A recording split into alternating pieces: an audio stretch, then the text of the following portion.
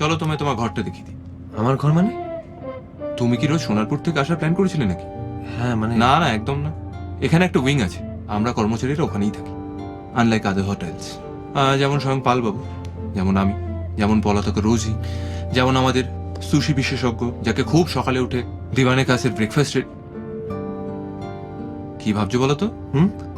না, ভাবছি খুঁজতে এসেছিলাম চাকরি, সঙ্গে জুটে গেল ঘরও। ওই যে ऊपर वाला जब देता है छप्पड़ फाड़ के देता है। এসো। ওই, এই তো। এই স্যাম, তোমাকেই খুঁজছিলাম। বলো। Mister Pal told me about this new bugger. Is this the guy? He is not a bugger. অত্যন্ত সুদক্ষ, অভিজ্ঞ এবং এনার্জেটিক একজন ইন্টার্ন, রুদ্র মুখার্জি, জামিনী আমাদের জেনারেল ম্যানেজার। শুনলাম প্রচুর ভ্যাকিউম ক্লিনার আর বেক মিহিদানা বিক্রির অভিজ্ঞতার সুবাদে ইনি নাকি আমাদের রোজই চাকরিটা খেয়েছেন। তো আর কি বিক্রি করার অভিজ্ঞতা আছে শুনি? জাপানি তেল? কেন, আপনার লাগবে বুঝি?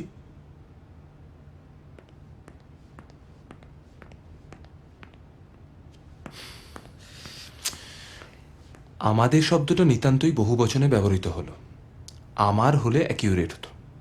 রোজি ওর খুব কাছের মানুষ ছিল। না সেই হোক, কিন্তু আমি না খুব সরি, মানে আমার মুখ দিয়ে হঠাৎ করে বেরিয়ে গেছে।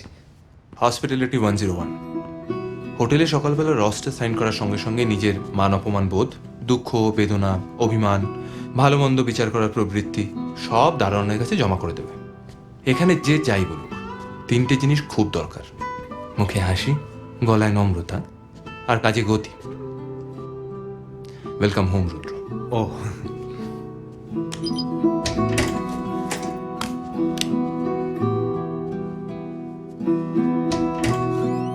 Good morning বরদার। হ্যাঁ বাহ, এই তো বাক্স ব্যাটার সমেত চলে এসছো, ভেরি গুড। হ্যাঁ, চলে এলাম।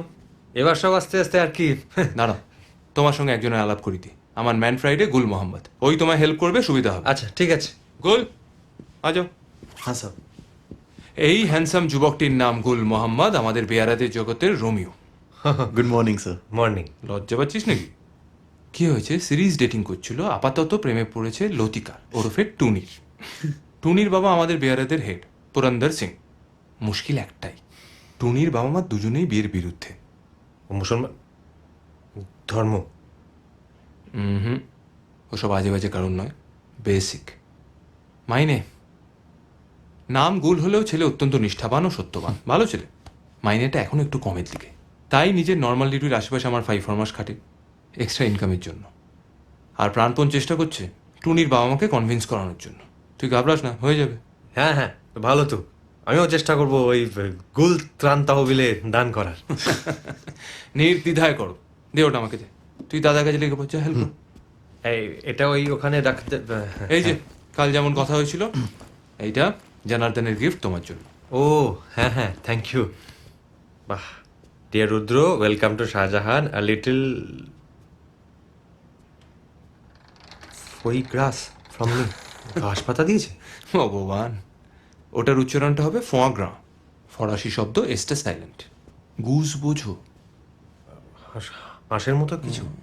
এটি এনআরআই হাঁস, তার মেটে দিয়ে তৈরি অত্যন্ত সুস্বাদু বনেদি খাবার।